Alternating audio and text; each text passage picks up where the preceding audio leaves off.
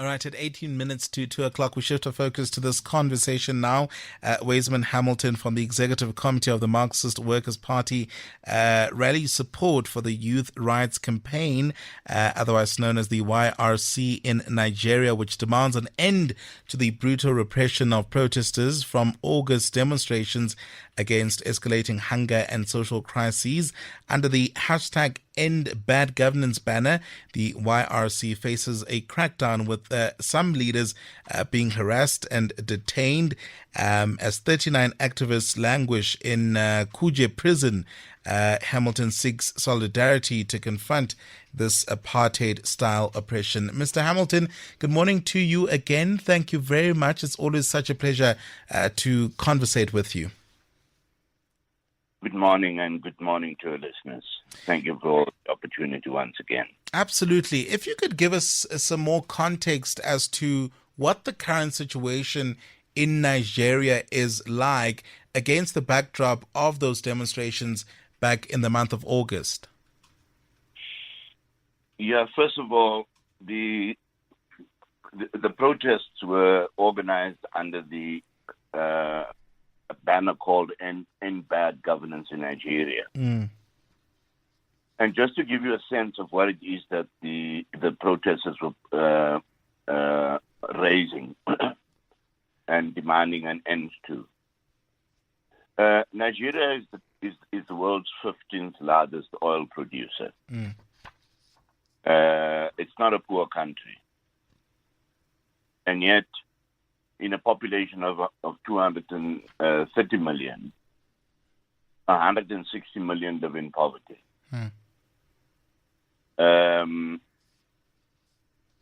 We have a country that obtained its independence in 1960, and yet to this day still imports fuel because the ruling elite has all these years failed even to develop a refining capacity. The result is fuel that should be costing very little, cost astronomical amounts for the ordinary Nigerian. The elite in Nigeria live in disgusting luxury. The 5 richest people, their combined wealth could end poverty in Nigeria. It's 112 million people, as I said, out of 230 who live in poverty. The richest man in Nigeria would require to spend $1 million a day for 42 years to exhaust his fortune. Those are extreme levels of inequality. In the rural areas, for example, women represent between 60 and 70% of the population. And yet, 3/4 of them have never been to school. 94% of them are illiterate. The new government, when it came to power, wasted no time, Tinubu's government, in demonstrating what its priorities are. They set aside a budget for the purchase of a presidential air fleet, a presidential yacht, bulletproof cars for the president and his wife, renovation of the official residences of the president and the vice president, sports utility vehicles for every MP at the cost of $150 per vehicle for 460 MPs. When the minimum wage is $40 for a family of 4 to pay rent requires $2,000. I'm just using US dollars as an easier point of reference. Right. So it is against these kind of conditions. I mean, the government pretended that it's doing something about a student loan scheme, for example. But the amount that was set aside for the presidential jet is the equivalent of the student loan scheme. So it's a government that is dedicated to the enrichment of an already parasitic elite, and people have had enough. Right. And that is the reason that over 10 organizations came together in August, including the Youth Rights Campaign, that is an initiative of our sister organization, the Democratic Socialist Movement, a fellow affiliate of the Committee for Workers International, as the Marxist Workers Party is, and many other organizations came together to protest under the ban of End Bad Governance. The government has reacted with apartheid-style repression. A number of demonstrators were killed. 39 are currently in jail. And the government, again, the regime attempted to show some respect for democratic rights by offering to release the jailed on bail. But they set the conditions for bail at such a level that it is virtually impossible to comply. Nigerian currency is 10 million naira. In South African rands, 105,000. But even more outrageously, you have to provide property, a proof of ownership of property as collateral in Abuja in order to qualify to go on bail. In effect, people remain in jail for that reason. Right. And that is why we are calling upon individuals, organizations, the trade unions, to write letters of protest.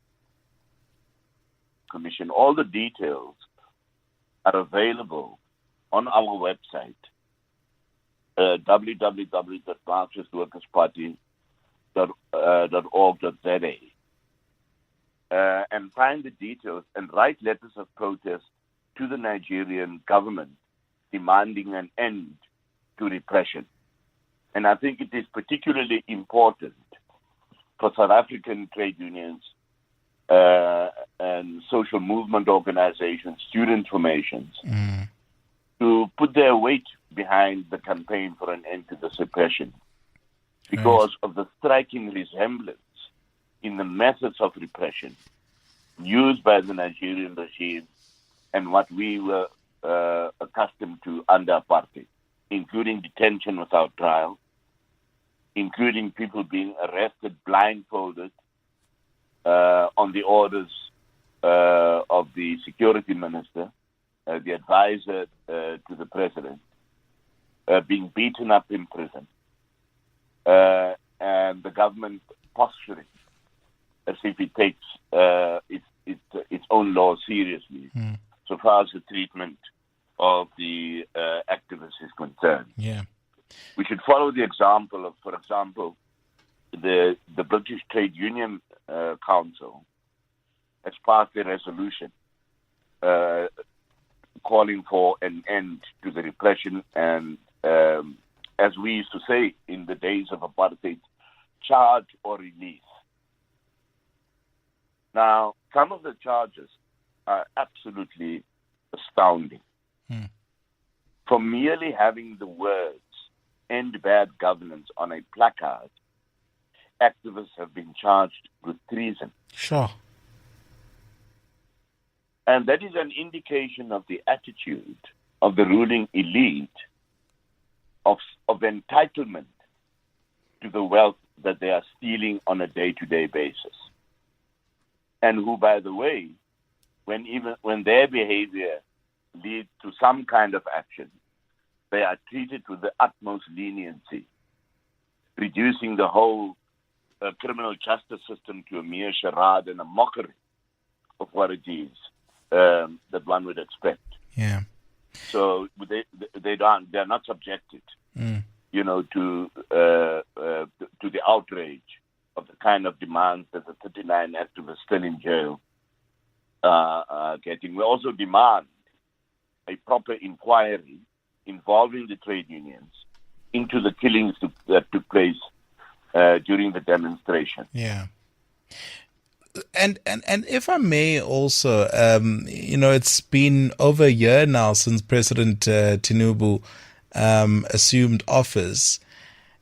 Have things in your view perhaps gone, to a very, very sour position where the standpoint of the country is concerned? And I speak about this in the context of you describing perhaps how the government has responded to these particular demonstrations, but also on a broader scale, Mr. Hamilton, looking at other African countries. You look at Kenya, for example, where we saw those recent demonstrations there and the violence that was meted out against demonstrators there and those that were protesting. So what is the sense in which you may be getting just in terms of African leaders and how they're dealing with particularly maybe even young people that are taking to the streets, that are choosing to be vocal about some of these crises, as well as social ills and issues? I think that that's a very important question and observation that you are making about the similarities in the social, economic and political processes unfolding across the continent and indeed internationally. And I think that what we are witnessing is a new generation, particularly of young people, who are drawing a line under the predatory behavior of the political and economic elites, particularly in the post-independence period. We've seen how the Kenyan students have recognized. There have been some striking videos by Kenyan students who point to the fact that not only are the ruling elite dedicated at continuing on the basis of their sense of entitlement to amass enormous wealth while millions live in poverty, but they're acting as the agents of capitalist multinationals plundering the resources of their own country. The continent remains, by and large, as is the neo-colonial world, as a matter of fact, a source of the extraction of raw materials and the importer of finished goods. And we have an arrangement of the world economy dominated by the capitalist West, in which they are kind enough to fill the gap between the little that is received by the neo-colonial world in export earnings for their raw materials and the deficit that is created by the cost of the importation of finished goods, by saying, well, we have a bank for you, the IMF and the World Bank.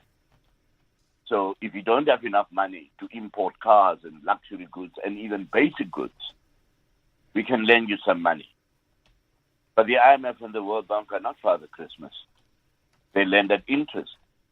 And in order to try and avoid a default, the governments make a priority of the repayment of the interest and meet the conditions of the IMF. And what are these conditions? That you prioritize the servicing of your debt, and if that means that you must cut subsidies and budget for education, for health, for housing, and even for food, so be it. And that is what has sparked the revolt. It led to the overthrow, the near overthrow of the Sri Lankan government 2 years ago. The president had to flee. The president of Bangladesh had to do the same. And we are headed in a similar direction in countries across the African continent because of the unequal terms of trade imposed by Western imperialism of the neo-colonial world. And what the youth have recognized is the complete incapacity of the ruling elites to undertake the proper development of their economies. Only the working class can organize that, and the entry of the youth onto the stage of struggle is the equivalent of the entry of the light infantry ahead of the heavy battalions of the working class in the next period. And we must follow the example of what has been done by our sister organization across the continent, but in Nigeria. Our comrades have taken the initiative of uniting the struggles of the youth and of the organized workers by launching the broad formation called the Socialist Party of Nigeria, and are appealing to the trade union members, to the communities and the youth to come together under its banner. We are attempting to do the same thing here because we have a similar problem so far as inequality is concerned, and the prioritization of the servicing of the foreign debt in South Africa, where 20% of the annual budget goes towards the repayment of debt. The result of which the government has actually made a conscious decision not to allocate sufficient funds for the filling of teacher posts. For example, in the Western Cape government has decided that 2,407 posts should not be filled. And that has sparked the creation of the Western Cape Education Crisis Committee, bringing together learners, communities, as well as educators, which I think is an example of how to begin to assemble the forces out of which what we have been campaigning for as the Marxist Workers Party, the creation of a mass workers' party and a socialist program, can be done. But a similar necessity has made itself felt in Nigeria, in Kenya, in Senegal, in Zambia. Zambia defaulted on its debt, by the way. Such is the burden that is placed on the population by the institutions of imperialism internationally. And therefore, it is time that the working class takes matters into their own hands. The elites have demonstrated that they are nothing but parasites leeching on the sweat and blood of working class people in Africa and across the neo-colonial world, and are determined to mimic the methods of exploitation and oppression of the working class that is beginning to express itself even in the advanced capitalist countries. The new Labour government in Britain, for example, has just decided to cut the fuel allowance. People die as a consequence. Old age pensioners, fuel allowance has been cut. So people are dying in the cold in their homes. If you have more than 2 children, you don't get any child benefit anymore in Britain. The Labour Party has become indistinguishable from the Conservative Party, and a new party of the working class in Britain is needed as much as it is in countries across the world. That is the conclusion that we must draw from the world in which we live, in which the ruling elites are not only intensifying the oppression and exploitation of working class people, but are also by their policies calling into existence the far right, the racist, even the fascists, by the way, and the xenophobes. Trump is openly accusing the Haitian population of Springfield of eating cats and dogs, promises that he's going to undertake the biggest deportations in American history, when in fact the American capitalist class is reliant on the immigrant population whom they can exploit, and the plundering of the countries by U.S. multinationals where those populations actually come from. It requires the unity of working class people worldwide, including with immigrant populations, to stand against the elites in their own countries in order to create the conditions for this overthrow of capitalism and the socialist transformation of society. So we want your listeners to please participate in the political school that the Marxist Workers Party will be having on Saturday, where one of the leading activists from the Youth Rights Campaign and a leading member of the Democratic Socialist Movement will be updating us on the latest development on an online school that will be starting at 10 o'clock in the morning. And again, the details and the link to the school, it's an online school, are available on our website as well as on the Marxist Workers Party Facebook page. Okay. Ms. Hamilton, I want to thank you always for your in-depth insights into these really crucial matters. And as you said, I think people should really play their part, and I think adding pressure to the Nigerian government to do right by these individuals. I mean, you've outlined conditions that really make it unfavorable for these activists to get to see the light of day, in essence, and get out of prison. But we really want to thank you for sharing, your insights on this particular matter. Thank you. Thank you very much. That's Weizmann Hamilton there. Of course, he is from the Executive Committee of the Marxist Workers Party. Head on to that website to go see more details about how you can get involved and joining that school, which is set to take place, in fact, tomorrow. And we're speaking all things, of course, the hashtag End Bad Governance activists in Nigeria who we're told have been arrested, about 39 of them. And as I said, some of these conditions make it unfavorable for them to get out of prison. And, Mr. Hamilton there lamenting and bemoaning the response of the Nigerian government. Of course, these were individuals who protested back in the month of August against issues of escalating hunger and the many social crises that Nigeria is facing. 3 minutes after 2 o'clock.